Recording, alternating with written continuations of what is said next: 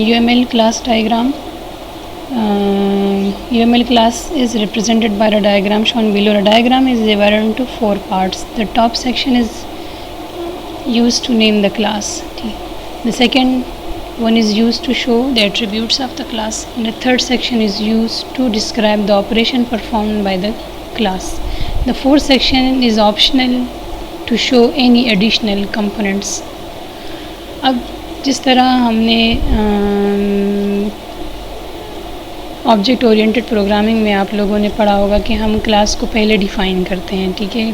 Class को पहले हम जो उसका क्लास नेम होता है, ठीक है, उसको तो हम उसके जो फंक्शंस होते हैं उसको हम मेन से ही कॉल करते हैं, और मेन में उसका ऑब्जेक्ट क्रिएट होता है, ठीक है। मगर क्लास का अपना एक स्पेसिफिक नेम होगा, क्लास नेम होता है, ठीक है। फिर उसके अंदर क्लास का नेम होता है, फिर उसके अंदर जितने भी इसके एट्रीब्यूट्स होते हैं, डेटा टाइप्स होते हैं, आया वो पब्लिक है, प्राइवेट है, प्रोटेक्टेड है, ठीक है। ऊप में आप लोगों ने पढ़ा होगा। पब्लिक एक्सेस स्पेसिफायर जो होते हैं वो क्या होता है, वो एट्रीब्यूट्स जो होते हैं वो throughout the whole program वो यूज़ हो सकते हैं। जो प्रोटेक्टेड होते हैं mean protected in the sense के उसकी जो है वो और क्लासेस में यूज़ नहीं हो सकते सिवाय चाइल्ड क्लासेस के। और जो प्राइवेट होते हैं वो सिर्फ़ और सिर्फ हमारे जो उसी क्लास में यूज़ हो सकते हैं जहाँ पे वो डिफ़ाइन हो चुके हैं, ठीक है। और पब्लिक पूरे पब्लिकली वो आपको वो चीज़ अवेलेबल, मतलब वो आप डेटा टाइप है जो भी आप उसको यूज़ कर सकते हो। फिर उसमें है कि हमारा जो फर्स्ट पोर्शन इसकी जो रिप्रेजेंटेशन है, जो एट्रीब्यूट्स हैं, फिर हमारा जो थर्ड फर्स्ट नेम है, फिर सेकंड एट्रीब्यूट्स है, थर्ड जो है उसके मल्टीपल जो फंक्शंस जो उसके अंदर मल्टीपल एट्रीब्यूट्स होते हैं तो उसके अगेंस्ट कोई वो एक्शन कोई फंक्शंस परफॉर्म हो रहे होते हैं। जिस तरह एड रिकॉर्ड है, कोई एडिट रिकॉर्ड है, या डिलीशन ऑफ द रिकॉर्ड है, डिस्प्ले है।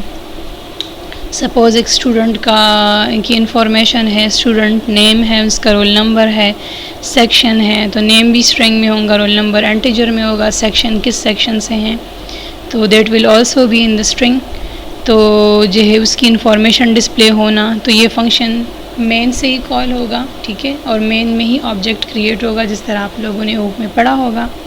फिर ऐड कोई भी जो है स्टूडेंट की इंफॉर्मेशन ऐड करनी है, कोई भी स्टूडेंट ऐड करना है, ठीक है, तो उसके जो ऊपर एट्रीब्यूट्स है उसके लिहाज से आपने सारी इंफॉर्मेशन देके एक स्टूडेंट को ऐड करना है। फिर एडिट करना है, कोई भी इसकी इंफॉर्मेशन नेम एडिट करना है, या नेम में कोई गलती है, रोल नंबर चेंज, या इस तरह सेक्शन को चेंज करना है, या उसी रिकॉर्ड को डिलीट करना है।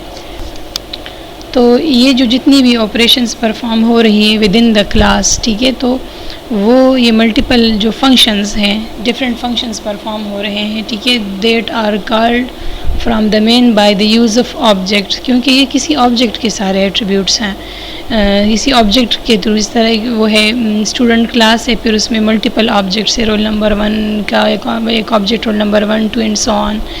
तो स्टूडेंट्स इन द क्लास जो हैं वो सारे तो मल्टीपल स्टूडेंट्स हैं, तो मल्टीपल ऑब्जेक्ट्स हैं, ठीक है।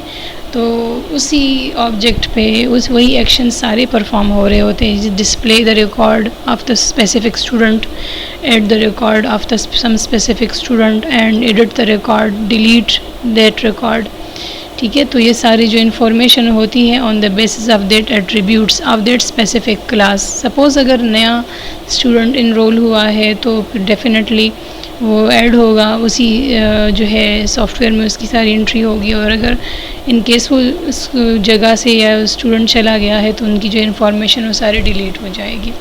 रिस्पॉन्सिबिलिटी मैंने स्टूडेंट इन क्लास, जिस तरह एक्स्ट्रा कंपोनेंट है जो different responsibility of the students, अगर इसमें देखना चाहे इस तरह, अगर ये आम जो उनकी जो है ऐड का फंक्शन, एडिट, ये सारे इंस्पेक्शंस परफॉर्म हो रहे थे, मगर और जितना मल्टीपल काम होते इस तरह अटेंड द क्लास है, या give the quiz, assignment submission, and the mid term and final exam conduction from the students, ये सारे जो है मल्टीपल जो है एक्शंस पे परफॉर्म हो सकते हैं। Class are used to represent the object classes. Object can be anything having properties and responsibilities. So वही responsibility within their class, सब ऑब्जेक्ट्स की रिस्पॉन्सिबिलिटी सेम, मतलब सेम एक्शन वो परफॉर्म करेंगे। अगर क्विज़ देना है तो सब ने क्विज़ ही, मतलब क्विज़ उससे कंडक्ट होगा। एंड अटेंडेंस का रिकॉर्ड, उनका मिड टर्म, फाइनल, सारा कुछ जो है सबका एक जैसे तरीके से उसका सारा कुछ कंडक्ट होगा। तो उनकी वो जो जितने भी एक्शंस वो परफॉर्म कर रहे हैं क्लास के अंदर, जितने भी ऑब्जेक्ट है सेम क्लास के, तो सारी फंक्शनैलिटीज उस पर सेम फंक्शंस वो परफॉर्म करेंगे। ठीक है, नेक्स्ट में हम इसकी पूरी जो है क्लास डायग्राम की डिस्क्रिप्शन जो है आज ये नेक्स्ट वीडियो में डिस्कस करते हैं।